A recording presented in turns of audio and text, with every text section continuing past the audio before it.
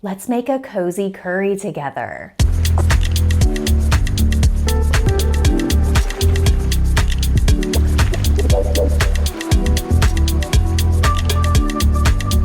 This chickpea curry is super flavorful and it's super creamy, no coconut needed. It's packed with veggies and beans and it is just absolutely delicious. And it is so easy to make.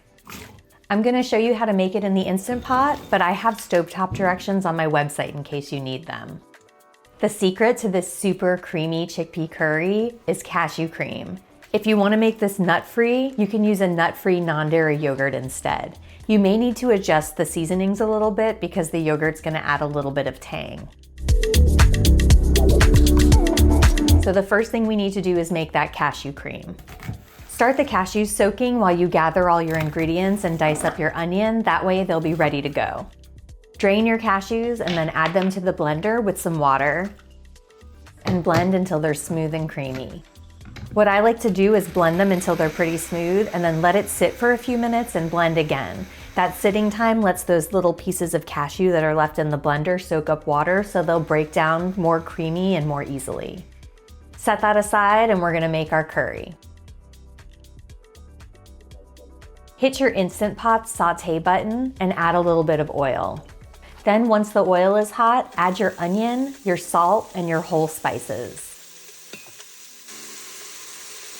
Mix and cook this until the onions start to turn brown on the edges.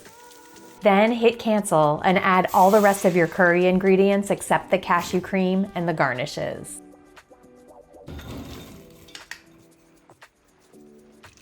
Mix everything up, then lock the lid and cook at pressure for 5 minutes with a 10-minute natural release. After the 10 minutes are up, release the rest of the pressure manually, open the lid, and stir in the cashew cream.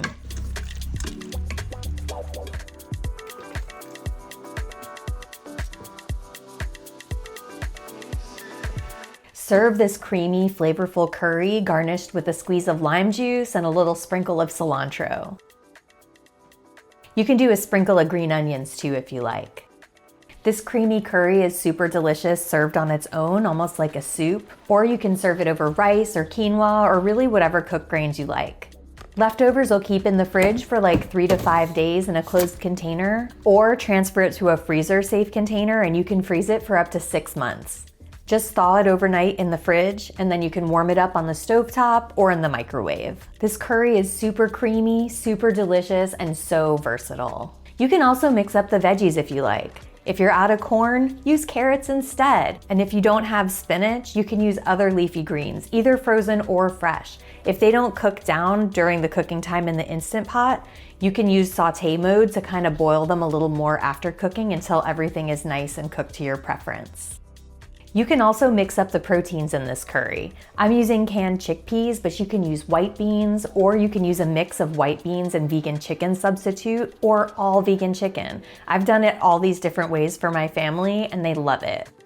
This creamy, versatile curry is so delicious and packed with flavor. I cannot wait for you to try it. I hope that this video answered all of your questions about how to make this super easy chickpea curry. If you have any questions I didn't answer, drop a comment. I am always happy to help. And don't forget to rate and subscribe. Happy cooking!